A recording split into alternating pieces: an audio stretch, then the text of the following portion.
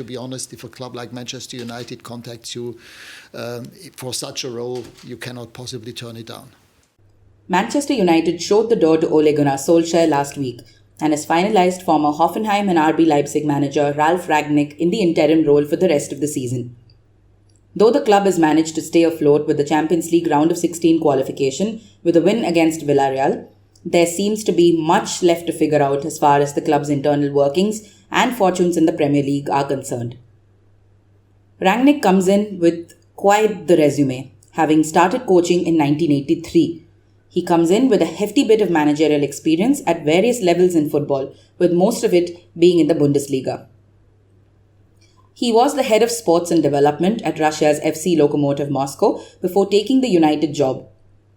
But the most impressive part of his CV will be his stint at RB Leipzig, where the club didn't just rise from the 4th tier to the Bundesliga, but also finished as a semi-finalist in the 2019-20 UEFA Champions League. Rangnick is known as the father of gegenpressing, a style of play that was passed on to Jurgen Klopp as well as Thomas Tuchel, both of whom have won Europe's highest honour in club football with it, the UEFA Champions League. Gegenpressing is a style of play wherein the players, after losing the ball, press the opposition quick enough to get it back. Rangnick's style, though, goes much beyond just constant pressing when his team builds an attack, with preference given to longer balls fed for attackers to poach and shoot, something Klopp has worked well with Andrew Robertson and Trent Alexander-Arnold. If you compare Rangnick's style with those he has inspired, Klopp prefers a 4-3-3 formation and Tuchel goes with 3 men at the back sometimes, but Rangnick prefers a narrower formation, working on a 4-2-2-2, with the midfielders shifting from a holding position to a free attacking position when the situation demands it. In the context of United, Paul Pogba and Bruno Fernandes would fit that role very well, pairing with Scott McTominay or Donny van de Beek, while Cristiano Ronaldo and Mason Greenwood can become a dangerous attacking pair. The 4-2-2-2 formation is not new at Old Trafford, given that Sir Alex Ferguson used to employ this formation very often when Wayne Rooney was at the club.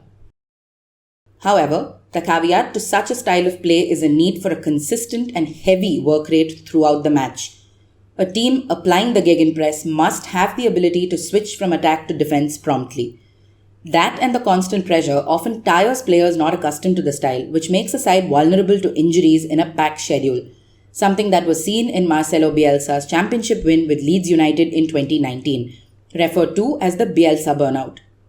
Looking at the larger picture here, United has had 2 legendary managers after Sir Alex Ferguson left, in Jose Mourinho and Louis van Gaal, neither of whom succeeded at Old Trafford. This will be enough to cause a tiny bit of sweat to break out on Rangnick's forehead, given that he is neither a United legend nor an ex-Ferguson apprentice. He does have another problem too: players. United employs some of the best and highest paid players in the game, with Ronaldo, Pogba, Fernandes, Marcus Rashford and Jadon Sancho all packed in one team.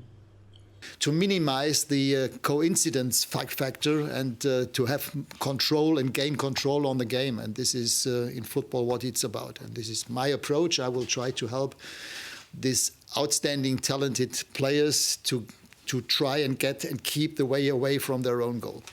Rangnick coming back to day-to-day football management after 9 years will have to acclimatise with how the game has evolved over the decade, with more money, more financial unrest thanks to COVID, and the humongous egos of star players fanned by their agents.